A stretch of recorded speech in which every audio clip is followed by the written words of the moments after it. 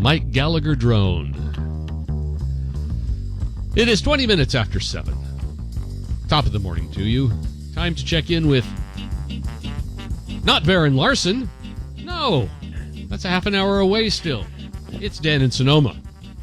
Yeah, I look nothing like Baron Larson. Trust me, I've met him. He's a very nice man, but there's no similarities whatsoever. He would never ever qualify for a bad Mexican.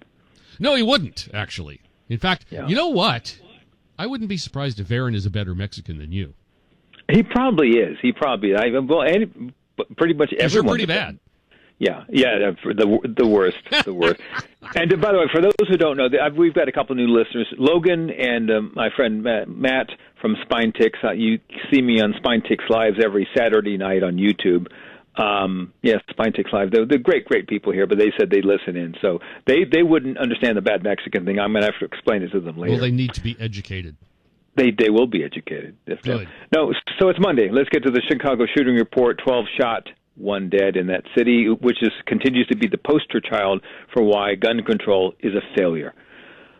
Speaking of failures, oh my God, the optics on Friday when Gavin Newsom was waiting for President Trump at the foot of the bottom of the stairs of Air Force One, he was there by himself, and the optics looked horrible. He looked like a teenager who, quote unquote, accidentally burned the house down, and he's waiting for Dad to show up to explain what happened.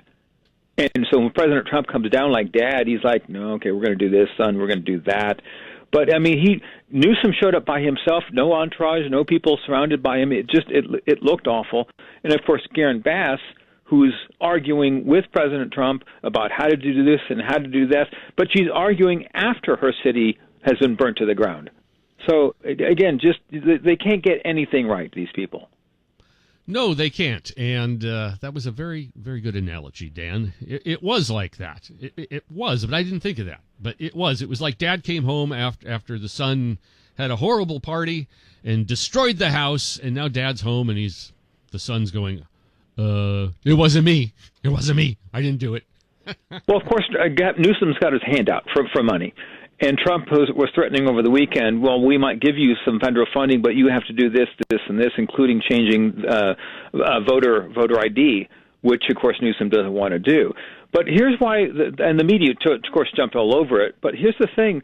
What people don't realize, California has enough money to deal with this situation all by itself. It does not need funding from outside sources, including the federal government. And here's the thing. If the federal government does bail out the situation, what's going to happen would be some poor schlub in Iowa or Texas or South Carolina, a taxpayer, that person is now paying for the mistakes of California, because this was all Democrat policy that caused this whole thing in the first place, and California should still be on the hook for it. They have the means to do it. They shouldn't be bothering other states. That's for taxpayer money. That's taxation without representation. I would agree. That is a great point, Dan. Well, I like to have a few good points every so often, but it was just laughable to see that Newsom. It's funny how Trump is not. He could come by like the grumpy old man and yell and scream and all that, but no, he's working with Newsom. He's even trying to work with Karen Bass, even though they're not listening to him. But that's par for the course. But the last thing I want to point out was something I've said forever and ever. And it didn't take long for this to happen. The media is attacking Donald Trump and the new administration. The media is the enemy of the people. It's the propaganda media, not to be trusted. And I was delighted at J.D. Vance's schooling, Margaret Brennan, over the weekend. But the sad thing is, you got to get used to that. They're going to be attacking from now until the next 4 years. I'm hoping, Trump is, again, he's cool under pressure. He's not letting things get to him. He's far more disciplined than he was in his first term. But keep in mind, this is his second term. Trump has nothing to lose. He's not running for re-election, and that makes him, from the left's perspective, extremely dangerous. He is much more measured now, isn't he? Yes, he is. He's older and wiser. He's smooth, and I mean, he's bang on with the answers to questions. I mean, if this first week is any indication, this is going to be a dynamite. At least 2 years. We've got to consider the midterms at 4 years at least. It's going to be Trump firing on all cylinders. Indeed. It's been a great first week, Dan. Thank you so much. Have a great week. Thanks, bud. Talk to you tomorrow. Talk to you later. It is 25 minutes after 7.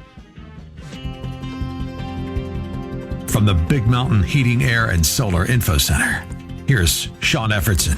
Fair skies through Thursday, a chance of showers on Friday. Sunny and 62 today. Right now, it's 34.